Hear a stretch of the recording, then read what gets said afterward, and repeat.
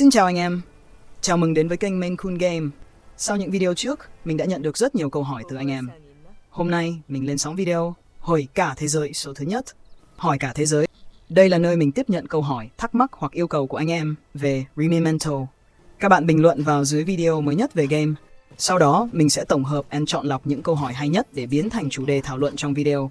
Bạn có thể hỏi về giải thích cơ chế game chi tiết, build đội hình chuẩn meta, lựa chọn nhân vật, trấn phù hợp, đánh giá nhân vật trong tài khoản của bạn. Bạn Nguyễn Lê Trung Dũng có đặt câu hỏi như sau. Làm về hệ thống MP của game đi ông, tôi thấy nó độc lạ phết. Được rồi, hôm nay mình không chỉ giải đáp về MP mà còn giải thích luôn cơ chế combat của game cho anh em cùng hiểu rõ. Cơ chế combat của game sẽ bao gồm các yếu tố chính sau: khắc chế và tương tác hệ giữa các nhân vật, tài nguyên chiến đấu, MP lượt hồi kỹ năng, cơ chế đến lượt, tính toán tốc độ, cướp lượt, đòn đánh và kỹ năng 1, 2, 3, đơn và đà mục tiêu.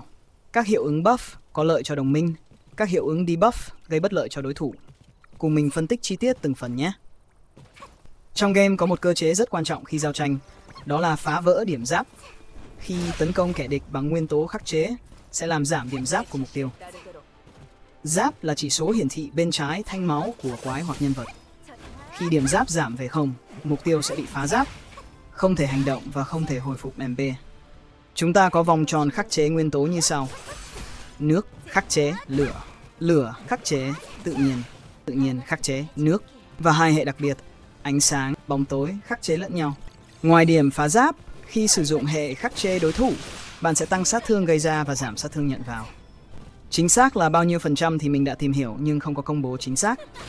Trong các phó bản, hiểu rõ khắc hệ giúp bạn dễ dàng tiêu diệt quái và boss nhanh hơn. Trước khi vào trận, hãy kiểm tra hệ của boss và đội hình quái để chọn nhân vật phù hợp.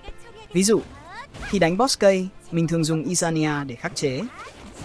Khi ở ngoài map, nếu tấn công trước vào quái vật bị khắc hệ, điểm giáp của quái sẽ bị giảm 3. Tuy nhiên, nếu sử dụng hệ không khắc chế để tấn công trước hoặc bị tấn công trước thì không có ảnh hưởng gì đến điểm giáp. Trong PvP, việc tận dụng khắc hệ càng quan trọng hơn vì nó quyết định trực tiếp thép thắng thua. Ví dụ, nếu đối thủ là Seno hệ ánh sáng, mình sẽ dùng Chesa hệ bóng tối. Cả hai hệ khắc chế lẫn nhau đều được tăng sát thương gây ra, nên ai đánh trước sẽ có lợi thế cực lớn. Bây giờ mình sẽ giải thích cơ chế mana trong game. Mỗi nhân vật trong Rememento đều có bộ kỹ năng riêng bao gồm đòn đánh thưởng không tốn mana, kỹ năng 1 tiêu hao 1 mana, kỹ năng 2 tiêu hao 2 mana, kỹ năng 3 chiêu cuối tiêu hao 3 mana, kỹ năng bị động không tiêu hao mana. Khi bắt đầu trận, người chơi sẽ có sẵn 5 mana để sử dụng. Mỗi lượt mới, nhân vật sẽ nhận thêm 1 mana. Một số nhân vật có kỹ năng đặc biệt giúp tăng hoặc giảm tiêu hao mana. Ví dụ, Ferrancy hồi thêm mana cho đồng đội, Diana giảm tiêu hao mana khi sử dụng kỹ năng. Ngoài ra, kỹ năng của nhân vật còn liên quan đến cơ chế phá điểm của đối thủ bị khắc chế. Cơ chế giảm điểm giáp, đòn đánh thường giảm 1 điểm giáp, kỹ năng 1 mana giảm 2 điểm giáp, kỹ năng 2 mana giảm 3 điểm giáp, kỹ năng 3 mana giảm 4 điểm giáp. Lưu ý, một số hiệu ứng hoặc kỹ năng đặc biệt có thể tăng hoặc giảm lượng điểm phá giáp. Tính toán lượng mana đang có và mana cần để sử dụng kỹ năng là một kỹ năng quan trọng để có thể chiến thắng game. Đây là một cơ chế rất hay mà ít game khác có, nó buộc bạn phải tư duy liên tục và đưa ra chiến thuật phù hợp trong từng trường hợp. Đặc biệt trong PvP, nếu tính toán sai, bạn có thể bỏ lỡ cơ hội tấn công quan trọng và thua đối thủ ngay lập tức. Kỹ năng trong game được chia thành các loại: kỹ năng đơn mục tiêu, kỹ năng đa mục tiêu, kỹ năng buff, cung cấp hiệu ứng có lợi cho bản thân hoặc đồng đội, bao gồm tăng cường sức mạnh, tăng tấn công, tăng phòng thủ, tăng tốc độ, tăng điểm phá giáp, tăng hiệu quả hồi phục, tăng tỷ lệ chí mạng, tăng sát thương đầu ra, miễn nhiễm debuff, bất tử xác sống, trị liệu duy trì, giảm tiêu hao MP, tàng hình. Kỹ năng debuff gây hiệu ứng bất lợi cho đối thủ, làm suy yếu sức mạnh ở phòng thủ, giảm tốc độ, giảm GF, giảm kháng hiệu ứng, tăng tiêu hao MP, tăng sát thương gánh chịu, tăng phá điểm giáp, gây trạng thái khống chế bất lợi, đóng băng, khiêu khích, choáng, câm lặng, không thể nhận cường hóa, tăng lượt CD kỹ năng, hấp thụ thành hành động, sát thương duy trì, đánh hụt. Bây giờ mới thật sự tới phần quan trọng nhất của video. Anh em có bao giờ tự hỏi tại sao nhân vật đối thủ lại được đi trước, thậm chí có khi họ đi liên tiếp 2-3 lần mà mình vẫn chưa tới lượt? Hôm nay mình sẽ phân tích chi tiết công thức tính tốc độ và lượt trong game. Phần này sẽ cực kỳ nhức đầu đấy nha. Nhưng nếu hiểu được, anh em sẽ kiểm soát lượt tốt hơn và dễ dàng giành chiến thắng. Đầu tiên, anh em cần hiểu về thanh hành động turn bar. Trong game, thứ tự hành động của nhân vật không cố định mà dựa trên một thanh hành động. Mỗi nhân vật sẽ di chuyển dọc theo thanh này theo chỉ số tốc độ của họ. Nhân vật nào chạm vạch đích 100% turn bar trước sẽ được hành động ngay lập tức. Hình dung đơn giản, thanh turn bar giống như một đường đua. Ai chạy nhanh hơn thì tới đích trước. Để tính tốc độ tích lũy trên turn bar, ta có công thức như sau. Thanh turn bar đầy là 100 đơn vị. Khi nhân vật đạt 100 đơn vị, họ sẽ thực hiện lượt đi của mình và thanh turn bar reset về 0. Các nhân vật khác vẫn tiếp tục tích lũy điểm turn bar dựa trên tốc độ của họ. Hoặc mình thích tính chi tiết bằng cách này. Tỷ lệ phần trăm thanh hành động tăng theo thời gian được tính theo công thức.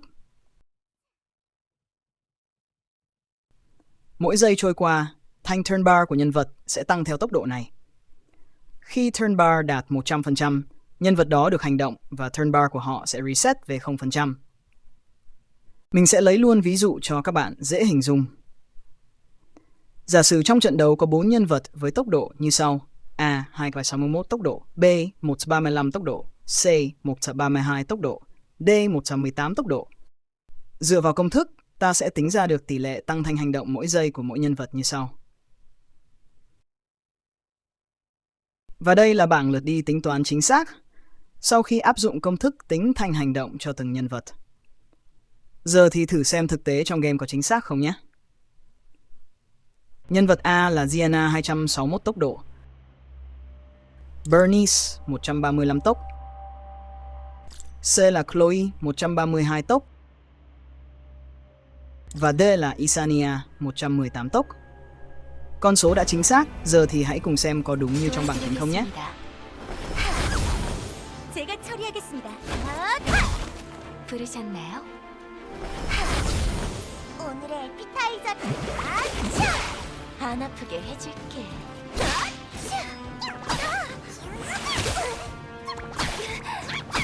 제가 필요하실까요? 저에게 맡기세요. 도와드리겠습니다. 디저트 먹을 누가 이렇게 말을 안 부르셨나요? Vậy là sau khi mình thử nghiệm thực tế trong game với tốc độ chính xác, như ví dụ, game đã trả kết quả hoàn toàn đúng với công thức tính thanh hành động. Một số kỹ năng trong game có thể ảnh hưởng đến tốc độ của nhân vật, làm thay đổi thứ tự lượt đi. Ví dụ, kỹ năng bị động của Ferenci tăng thanh hành động cho đồng đội khi đến lượt của mình. Kỹ năng bị động của Diana tăng thanh hành động cho đồng đội khi đối phương không sử dụng kỹ năng tấn công. Giúp nhân vật lấp đầy turn bar nhanh hơn, có thể chen lượt đối thủ. Giảm tốc khiến nhân vật chậm hơn, dễ bị đối thủ vượt mặt. Một số kỹ năng đặc biệt giúp nhân vật nhảy lượt ngay lập tức, bỏ qua quá trình tích lũy turn bar. Riêng kỹ năng 3, chiêu cuối, sẽ có số lượt hồi để có thể sử dụng lại. Sẽ hiển thị ngay góc trên nhân vật, sáng lên, có thể sử dụng ngay. Hiện số, thể hiện số lượt chờ còn lại. Mỗi nhân vật có lượt chờ kỹ năng riêng, không giống nhau. Có thể giảm lượt chờ bằng cách nâng cấp kỹ năng nhân vật. Sử dụng một số kỹ năng đặc biệt giúp giảm lượt chờ. Khi bạn hiểu rõ về quy tắc tốc độ, tư duy về PvP của bạn sẽ lên một đẳng cấp mới. Bạn có thể áp dụng chiến lược đánh tay trên, chiếm lượt trước để kết liễu đối thủ, hoặc chiến lược nhường lượt, phòng thủ rồi lật kèo, miễn là mọi thứ đã nằm trong tính toán của bạn ngay từ khi tìm trận. Đây là tư duy quan trọng nhất giúp mình leo lên hạng thách đấu server Han. Nếu không nắm rõ quy tắc tốc độ, bạn sẽ không thể leo lên bậc cao hơn được. Bây giờ mình sẽ phân tích một trận PvP dựa trên tốc độ cho anh em xem nhé. Nhìn vào thanh hành động, ta thấy Chessa đối phương tốc độ nhanh hơn, nên mình dùng Diana buff tốc độ, đảm bảo giết Chessa địch trước khi nó kịp ra đòn. Chessa máu rất yếu, nên chắc chắn sẽ bị hạ gục. Sau khi giết Chessa, mình nhận bất tử, không sợ bố con ai nữa. Beatrice thoải mái chém.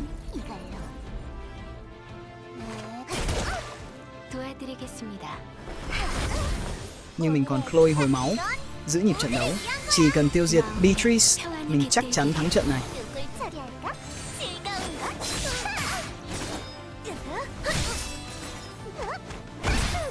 부작용도 괜찮아. 제가 필요하실까요? 물러가시죠. 소중한 실험체, 안녕. 즐거운. Video đã khá dài rồi. Mình mong rằng với những phân tích và chia sẻ về cơ chế combat trong video này, anh em sẽ hiểu rõ hơn về game và đạt được thành tích tốt hơn. Nếu thấy video này thật sự giúp ích, hãy cho mình một like và đặt câu hỏi bên dưới video, mình sẽ giải đáp cho anh em nhé. Và bây giờ xin chào tạm biệt và hẹn gặp lại anh em ở video tiếp theo. 마음에 평안이 깃들기를.